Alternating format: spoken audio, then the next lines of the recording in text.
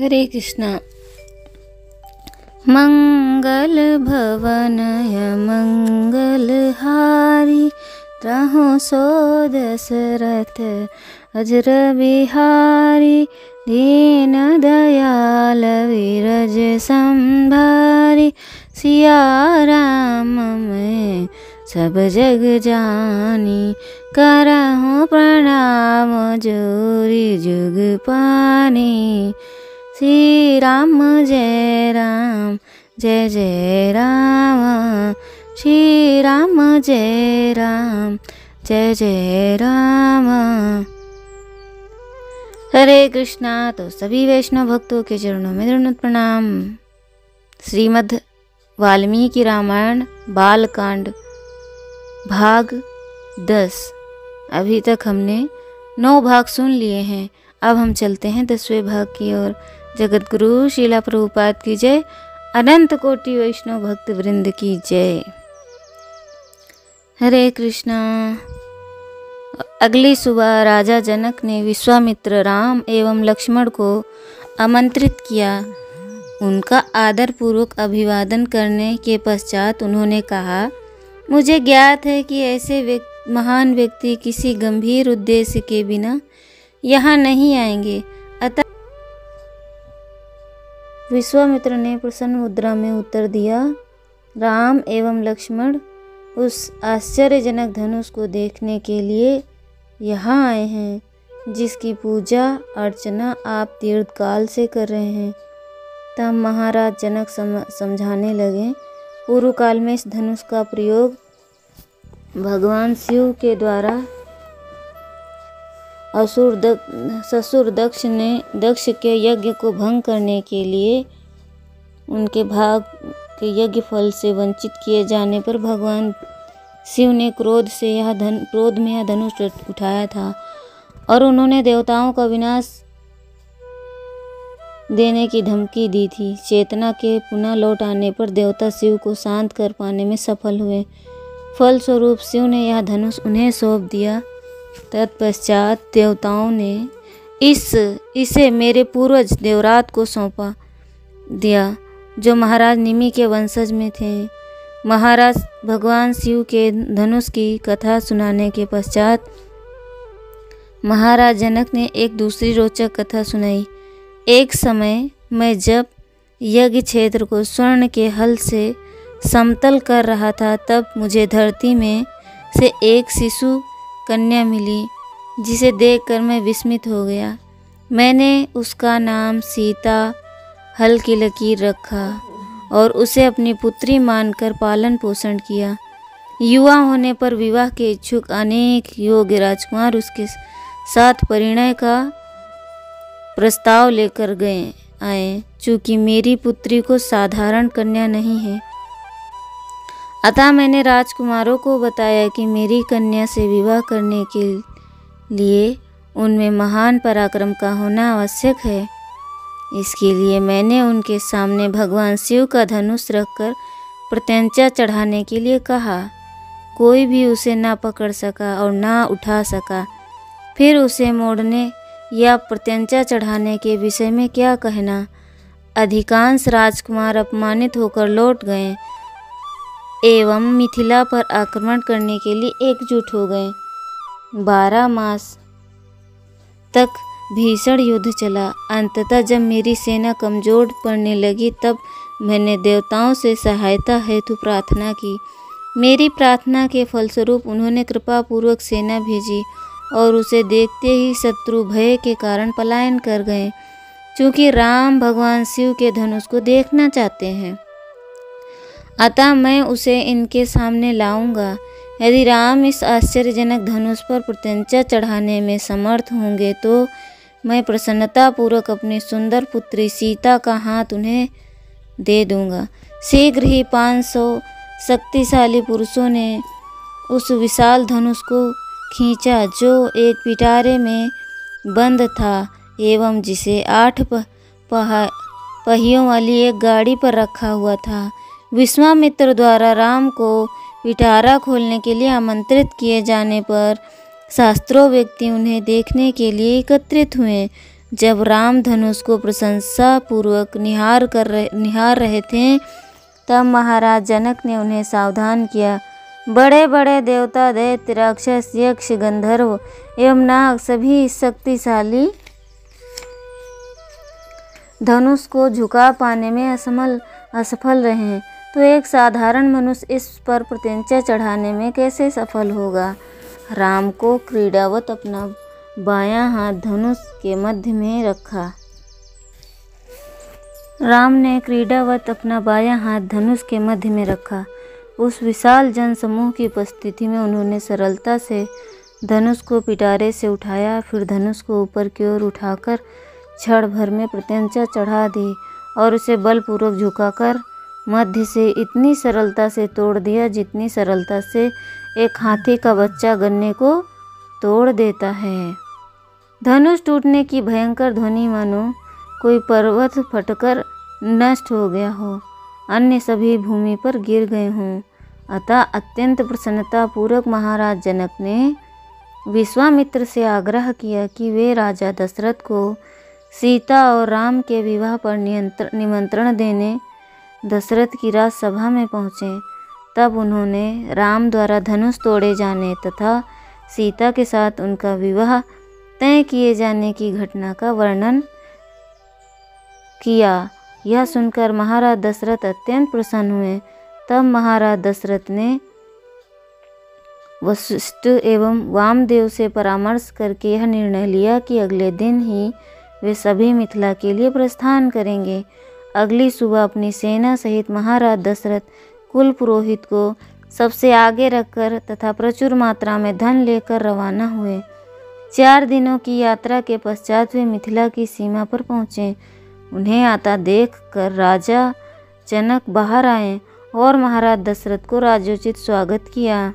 तत्पश्चात जब महाराज दशरथ अपने दोनों पुत्र से मिले, तब यह तय किया कि अगले दिन शुभ मुहूर्त में विवाह की पूर्व रीतियाँ प्रारंभ कर दी जाएंगी।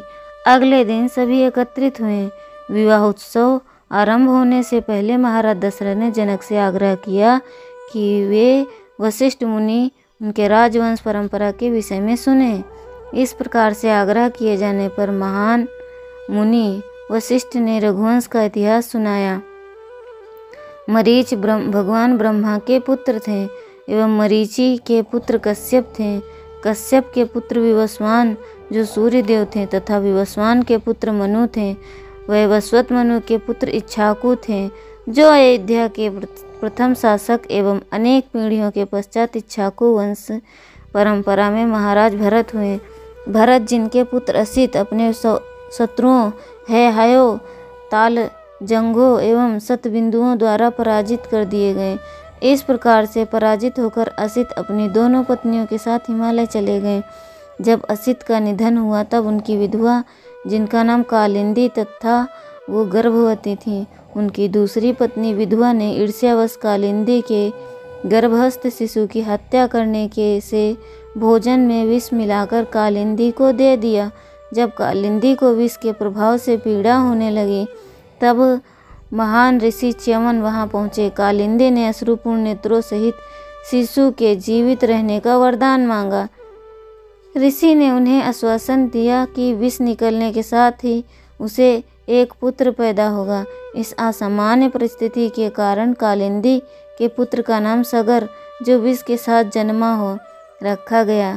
आगे चलकर इक्ष्वाकु वंश के महाराज भगीरथ के प्रपौत्र प्रारब्ध मुनि वशिष्ठ के शाप से राक्षस बन गए और इस प्रकार उनका नाम कलमसपाद पड़ा। इस प्रकार इक्ष्वाकु वंश में कई महान राजा हुए, जैसे अम्बरीश, नहुष, ययाति, नभाग और महाराज दशरथ के पिता अज। सभी के इतिहास के वर्णन के पश्चात वशिष्ठ ने राजा जनक से उनकी 2 पुत्रियां सीता एवं उर्मिला का हाथ राम एवं लक्ष्मण को देने का आग्रह किया। तब महाराज जनक अपने वंश के पूर्वजों के नाम बताने लगे। यह वर्णन राजा निमि से प्रारंभ हुआ। अंत में उन्होंने अपने पिता हैश्वरोमा का नाम लिया। तब राजा प्रसन्नता पूर्वक महाराज दशरथ उसके पुत्रों को अपनी पुत्रियां सौंपकर विधिपूर्वक कन्यादान किया।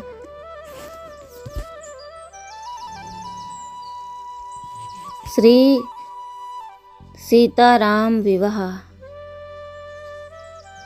चली ल्याई सीता सखी, सादर संजि सुमंगल भामिनी। नव सप्त सजे सुंदरी, सब मत कुंजर गामनी। कल गान सुनि मुनि ध्यान ही गावहीं, काम कोकिल लजावहीं। मंजिर नुपर कलित कंकल, कंगन ताल गति बर बाजहीं। सुंदर मंगल का साज सजकर रनिवास स्त्रियां और सखियां आदर सहित सीता जी को लिवा चली। सभी सुंदरियां 16 श्रृंगार किए हुए मतवाले हाथियों की चाल से चलने लगीं। उनके मनोहर गान को सुनकर मुनि ध्यान छोड़ देते हैं और कामदेव की कोयलें भी लजा जाती हैं। पैजे पैजनी और सुंदर कंकड़ ताल की गति पर बड़े सुंदर बाजे सुंदर बज रहे हैं। सोहत बनिता वृंद महु, सहज सुहावन सिय। छवि ललनागन मध्य जनु, सुषमातीय कमनीय। मेरे प्रभु राम जय जय राम, सियापति राम जय जय राम। मंगल भवन अमंगल हारी, द्रहुसो दशरथ अजर बिहारी। दीन दयाल विरज संभारी, हरहु नाथ मम संकट भारी। सहज ही सुंदरी सीता जी स्त्रियों के समूह में इस प्रकार शोभा पा रही थी, मानो छवि रूप लालनाओं के समूह के बीच साक्षात परम मनोहर शोभा रूपी स्त्री शोभित हो। सिया सुंदरता बरनी ना जाई, लघुमति बहुत मनोहरताई। आवत देखी बर तनी बरातन सीता, रूप राशि सब भांति पुनीता। सब ही मन किए प्रणामा, देखी राम भय पूरन कामा। हर से दशरथ सुता समेता, कहीं ना जाई आनंद जेता। सुर प्रणाम करे बरि सही फूला, मुनि आशीष धुनि मंगल मूला। गान निशान कोलाहल भारी, प्रेम प्रमोदन मगन नर नारी। एहि विधि सियाहि मंडप ही आई, प्रमुदित सतीश पढ़ई मुनि राई। तेहि अवसर कर विधि व्यवहार, दुह कुल गुरु सब कीन आचारु। श्री राम जय राम जय जय राम। सीता जी की सुंदरता का वर्णन नहीं हो सकता, क्योंकि बुद्धि बहुत छोटी है और मनोहरता बहुत बड़ी है। रूप की राशि और सब प्रकार से पवित्र सीता जी को बारातियों ने आते देखा। सभी ने उन्हें मन ही मन प्रणाम किया। श्री रामचंद्र जी को देखकर तो सभी पूर्ण काम कृतकृत्य हो गए। राजा दशरथ जी पुत्रों सहित हर्षित हुए। उनके हृदय में जितना आनंद था वह कहा नहीं जा सकता। देवता प्रणाम करके फूल बरसा रहे हैं। मंगलों की मूल मुनियों के आशीर्वादों की ध्वनि हो रही है। गानों और नगाड़ों के शब्दों से बड़ा शोर मच रहा है। सभी नर नारी प्रेम और आनंद में मग्न हैं। इस प्रकार सीता जी मंडप में आई। मुनिराज बहुत ही आनंदित होकर शांति पाठ पढ़ रहे हैं। उस अवसर की सब रीति व्यवहार और कुलाचार दोनों कुलगुरुओं ने किया। अचरा आचारु कर गुरि गौर, गणपति मुदित विप्रह। पूजा वहीं सुर प्रगति, पूजा ले ही देहि आशीष, अति सुख पावहीं। मधुपर्क मंगल द्रव्य, जो जहि समहि मुनि मन महु चाहे। वर कनक को पर कलश सो, तब लिए ही परिचारक रहे। कुल रीत प्रीति समेत रही, रवि कहीं देत सबु सादर कियो। यही भांति देव पूजाहि सीतहि, सुबग सिंहासनु दियो। सिय राम अवलोकनि, परस्पर प्रेम कहु ना लखि परे। मन बुद्धि भर बनि बाजी, अगोचर प्रगट कवि कैसे करे। होम समय तनु धरि अनलु, अति सुख आहुति ले। विप्र वेश धरि वेद सब, कहें विवाह विधि देहि मेरे प्रभु राम। जय जय राम सियापति राम, जय जय राम। मंगल भवन अमंगल हारी, रघुसो दशरथ अजर बिहारी। दीन दयाल विरज संभारी, हरहु नाथ मम संकट भारी। श्री राम जय जय राम, श्री राम जय जय राम। कुलाचार करके गुरु जी प्रसन्न होकर गौरी जी, गणेश जी और ब्राह्मणों की पूजा करा रहे हैं, अथवा ब्राह्मण के द्वारा गौरी और गणेश की पूजा करवा रहे हैं। देवता प्रकट होकर पूजा ग्रहण करते हैं, आशीर्वाद देते हैं, अत्यंत सुख पा रहे हैं। मधुपर्क आदि जिस किसी भी मंगलिक पदार्थ की मुनि जिस समय भी मन में चाह मात्र करते हैं, सेवकगण उसी समय सेना की परातों में और कलशों में भरकर उन पदार्थों के लिए तैयार रहते हैं। स्वयं सूर्य प्रेम सहित अपने कुल की सब रीतियाँ बता देते हैं और वे सब आदरपूर्वक की जा रही हैं। इस प्रकार देवताओं की पूजा करा के मुनियों ने सीता जी को सुंदर सिंहासन दिया। श्री सीता जी और श्री राम जी का आपस में एक दूसरे को देखना तथा उनका परस्पर प्रेम किसी को लख नहीं पड़ रहा है। जो बात श्रेष्ठ मन बुद्धि और वाणी से भी परे है, उसे कभी क्यों प्रकट करें। हवन के समय अग्निदेव शरीर धारण करके बड़े ही सुख से आहुति ग्रहण करते हैं और सारे वेद ब्रह्मांड का वेश रखकर विवाह की विधियां बताए देते हैं। जनक पाट महेश जग जानी, सिय मातु किम जाय बखानी। सुज सुश्रुकत सुख सुंदरताई, सब समेटि विधि रची बनाई। समऊ जानी मुनि वरन बुलाई, सुनत सुहासिनी सादर लाई। जनक बाम दिसि सोह सुनियाना, हिमगिरि संग बनी जगुमाना। कनक कलश मणि को पररूरे, सुचि सुगंध मंगल जल पूरे। निज कर मुदित राय रुना रानी, धरे राम के आगे आनी। पढ़ाई वेद मुनि मंगल बानी, गगन झुमन झरी अवसर जानी। बरु बिलो की दंपति अनुरागे, पाय पुनीत पखारन लागे। श्री राम जय जय राम। जनक जी की जगदिख्यात पटरानी और सीता जी की माता बखान तो कैसे ही कर सकता है। सुयश सुसंस्कृत पुण्य सुख और सुंदरता सबको बटोर कर विधाता ने उन्हें संवार कर तैयार किया। समय जानकर श्रेष्ठ मुनियों ने उनको बुलवाया। यह सुनते ही सुहागिन स्त्रियां उन्हें आदरपूर्वक ले आईं। सुनैना जी जनक जी की पटरानी, जनक जी की बाईं ओर ऐसी सोह रही हैं मानो हिमाचल के साथ मैना जी शोभित हो।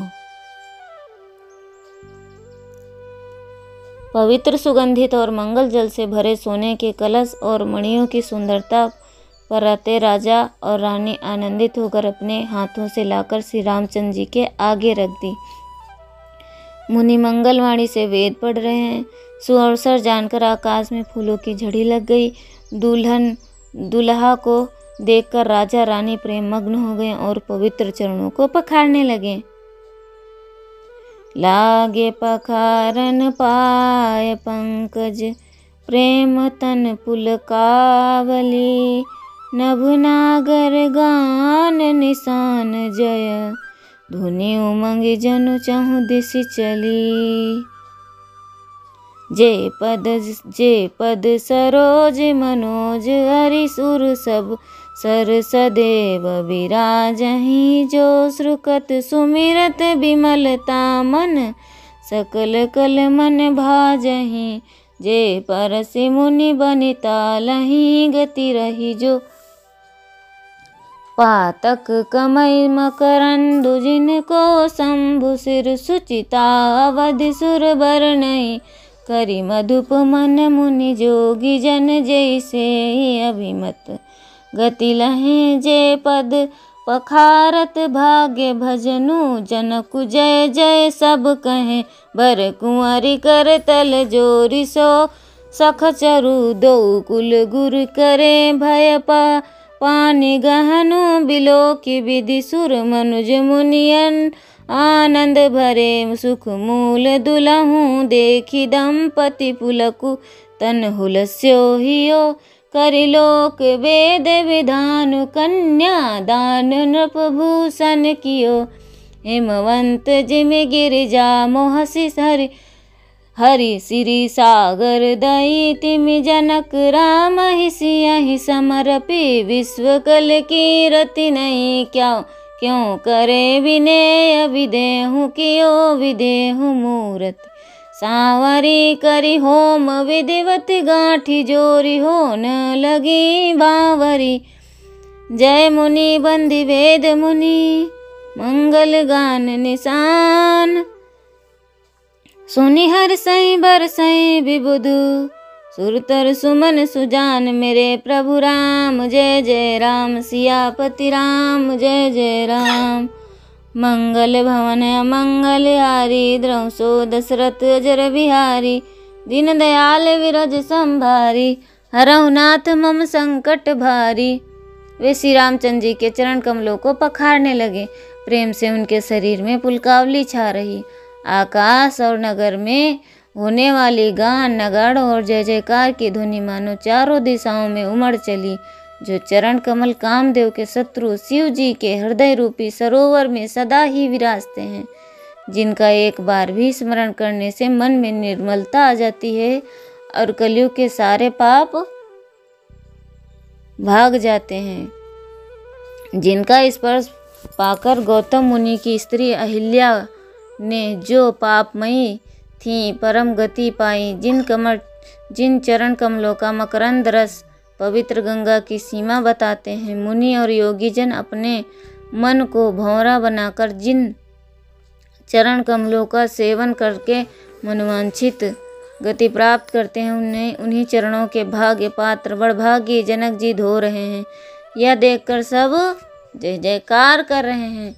दोनों कुलों के गुरु वर और कन्या की हथेलियों को मिलाकर शंखोच्चार करने लगे। पाणी ग्रहण हुआ।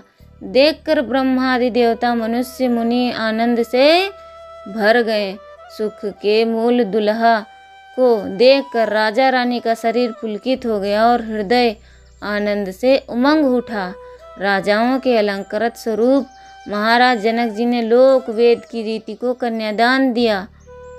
जैसे हिमवा ने शिव जी को पार्वती और सागर ने भगवान विष्णु को लक्ष्मी जी दी थी, वैसे ही जनक जी ने श्री रामचंद्र जी को सीता जी समर्पित की, जिससे विश्व में सुंदर नवीन कीर्ति छा गई। विदेह जनक कैसे विनती करें। उस सांवली मूर्ति ने तो उन्हें सचमुच देह की सुधबुध से रहित ही कर दिया। विधि पूर्वक हवन करके गठजोड़ी की गई और भांवरें होने लगी। जय ध्वनि, वंदी ध्वनि, वेद ध्वनि, मंगल गान और नगाड़ों की ध्वनि सुनकर चतुर्देव गण हर्षित हो रहे हैं और कल्प वृक्ष के फूलों को बरसा रहे हैं। कुंवारो कुंवारी कल भांवरी देहि, नयन लाभ सब सादर लेहि जाई न बरनी मनोहर जोरी। जो उपमा कछ कहूँ सो थोरी, राम सिया सुंदरी प्रतिछाही। जगमत गात मनिखम बन माही, मनहु मदन रति धरि बहु रूपा। देखत राम बियाहु अनुपा, दरस लाल सा सकुच न थोरी। प्रगट दुरत बहु होरी बहोरी, भय मन मगन सब देखे निहारे। जनक समान अपान विसारे, प्रमुदित मुनहि भावरी फेरी। नेग सहित सब रीति निबेरी, राम सिया सिर सिंदूर देहि। शोभा कहीं न जाति विधि केहि, अरुण पराग जलज भरिनी के। सिंसहि भूस अहि लोभ अमी के, बहुरी वशिष्ठ दीन अनुशासन। वरु दुलहिन बैठे एक आसन, राजा राम राम राम राजा राम राम राम। राजा राम राम राम सीता राम राम राम। वर और कन्या सुंदर भावरे दे रहे हैं। सब लोग आदरपूर्वक उन्हें देखकर नेत्रों का परम लाभ ले रहे हैं। मनोहर जोड़ी का वर्णन नहीं हो सकता। जो कुछ उपमा कहूँ वही थोड़ी होगी। श्री राम जी और श्री सीता जी की सुंदर परछाई मड़ियों के खंभों में जगमगा रही है। मानो कामदेव और रति बहुत से रूप धारण करके श्री राम जी के अनुपम विवाह को देख रहे हैं। उन्हें कामदेव और रति के दर्शन की लालसा और संकोच दोनों ही कम नहीं, अर्थात बहुत है। इसीलिए वे मानो बार बार प्रकट होते हैं और छिपते हैं। सब देखने वाले आनंद मगन हो गए और जनक जी की भांति सब अपनी सुध भूल गए। मुनियों ने आदरपूर्वक भांवरे फिराई और नेक सहित सब रीतियों को पूरा किया। श्री रामचंद्र जी श्री सीता जी के सिर में सिंदूर दे रहे हैं। यह शोभा किसी प्रकार भी कहीं नहीं जाती। मानो कमल को लाल पराग से अच्छी तरह भरकर अमृत के लोभ से सांप चंद्रमा को भूषित कर रहा। यहाँ श्री राम के हाथों को कमल की, सिंदूर की पराग की, श्री राम को श्याम भुजा को सांप की और सीता जी को मुख की चंद्रमा की उपमा दी गई है। फिर वशिष्ठ जी ने आज्ञा दी। तब दुल्हा और दुल्हन एक आसन पर बैठे।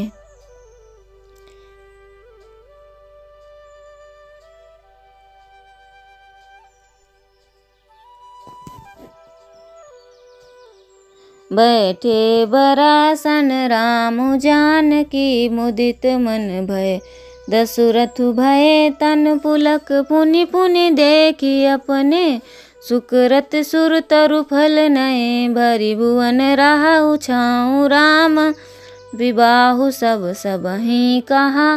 कहीं भांति बरनी विसिरत रसना, एक यहु मंगलु महा। तब जनक पाई वशिष्ठ आयुष ब्याह साज, सवारी के मांडवी सु कीरति उर्मिला। कुंवारी लरि कहाँ कहीं के, कुसुकेतु कन्या प्रथम जो गुणशील। सुख शोभा मई सब रीति प्रीति समेत करिसो, ब्याहि नृप भरतहि दई। जानकी लघु भागिन सकल सुंदरी, शिरोमणि जानिके सो दीन सो तनय दीनी। ब्याहि लखनहि सकल विधि सन्मानिके, जय राम सुत कीरति सुलोचन। सुमखि सब गुण आगरी, सो दई रिपु सुदनहि। भूपति रूप लसील उजागरहि, अनुरूप वर दुलहिन। परस्पर लखि सकुच ही हरसहि, सब मुदित सुंदरता सरारहि। सुमन सुरगन बरसहि, सुंदरी सुंदर बरना सब सब एक मंडप राजहि जनु जीव उर चरियो अवस्था विभुन सभित विराजहि। मुदित अवधिपति सकल सुत बंदहु समेत निहारी। जनु पाए महिपाल मनि कियहि सहित फलचारि।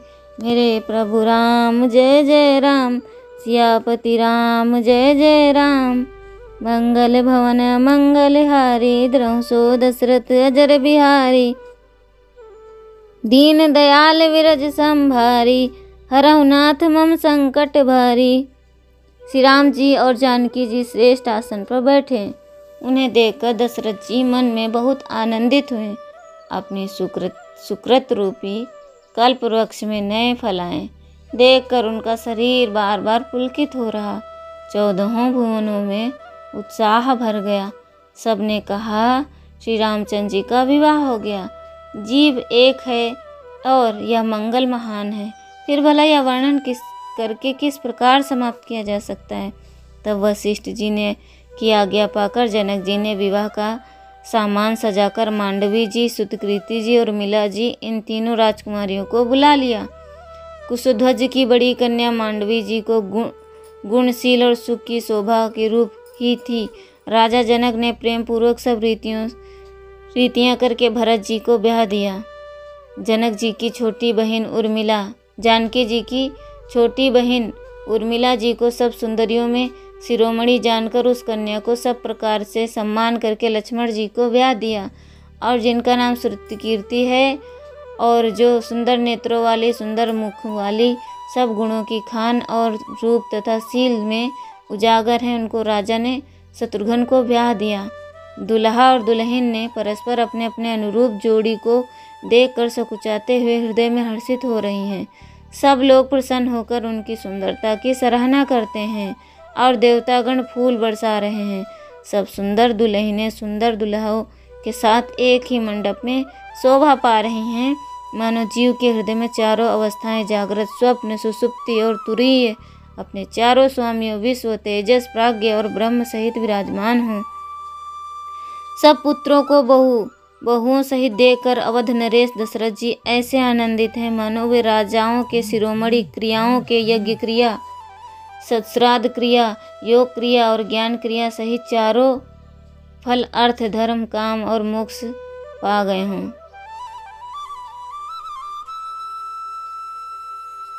जासी रघुवीर ब्याह विध बरनी, सकल कुंवारी ब्याह तेहि करनी। कहीं ना जाए कछुदार दाइज भूरी, रहा कनक मने मंडप पूरी। कंबल बसन विचित्र पटोरे, भांति भांति महमोल न थोरे। गजरथ तुरग दास अरुदासी, धेनु अलंकृत काम दुहासी। वस्तु अनेक करिय कि मिलेखा, कहीं ना जाए जनहि जिन देखा। लोकपाल अवलोक सिहाने, लीन अवधपति सब सुख माने। दीन जांच कहीं जो जहि भावा, उबरा सो जनवा सोहियावा। तब कर जोर जनक मृदुबानी, बोले सब बरात सन्मानी।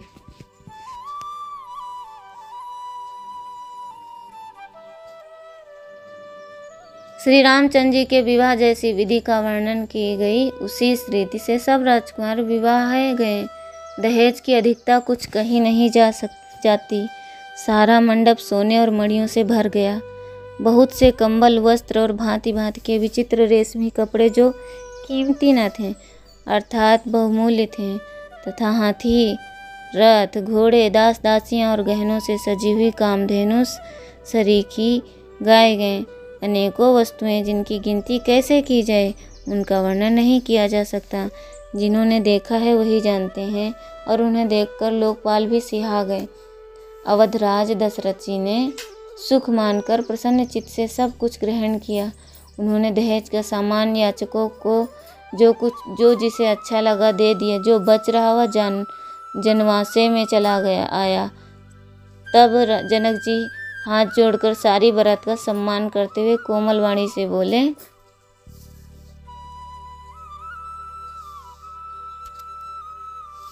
सन्मानि सकल बरात आदर दान विनय बढ़ाई के प्रमुदित महामुनि वृंद बंदे पूजी प्रेम लड़ाई के सिरुनाई देव मनाई सब सन कहत कर संपुट किए सुर साधु चाहत भाव सिंधु की तोस जल अंजलि दिए कर जोरी जनक बहोरी बंधु समेत कोसल राय सो बोले मनोहर बयन सान स्नेह सोल शील सुभाय सो संबंध राजन रावरे हम बड़े अब विधि भय एहि राज साज समेत सेवक जानी बो बिनु गथ लए ए दारिका परिचारिका कर बालिपी करुणा नहीं अपराध क्षमि बो बोली पठाए बहु सो ठीठयो कई पुनि भानुकुल भूषण सकल सन्मान निधि समधि किए कहीं जाति नहीं बिनती परस्पर प्रेम परिपूर्ण हिये वृंदार गगन सुमन बरसहि राउ जनवह सही चले दुंदुभि जय जय धुनि मुनि वेद धुनि नभ नगर कौतूहल भले तब सखी मंगल गान करत मुनीस आयुष पाई के दुल्हा दुल्हिन सहित सुंदरी चली कोहबर लय के पुनि पुनि राम ही चितौसिय सकुचति मनु सकुचेना हरत मनोहर मीन छवि प्रेम पियासे नैन मेरे प्रभु राम जय जय राम सियापति राम जय जय राम मंगल भवन मंगल हारी द्रौसो दशरथ अजर बिहारी दीन दयाल विरस संभारी हरहु नाथ मम संकट भारी। आदर दान विनय और बड़ाई के द्वारा सारी बारात का सम्मान कर राजा जनक ने आनंद के साथ प्रेम पूर्वक लड़कर लाड करके मुनियों के समूह की पूजा एवं वंदना की। सिर नवाकर देवताओं को मनाकर राजा हाथ जोड़कर सबसे कहने लगे कि देवताओं और साधुओं तो भाव ही चाहते हैं, वे प्रेम से ही प्रसन्न हो जाते हैं।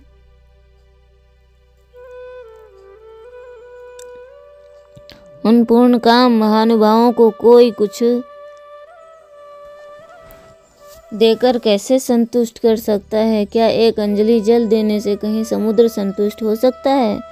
फिर जनक जी भाई सहित हाथ जोड़कर कौशलाधीश राजा दशरथ के स्नेहशील और सुंदर प्रेम मानकर मनोहर वचन बोले, हे राजन, आपके साथ संबंध तो हो जाने से हम सब बिना दाम के ही लिए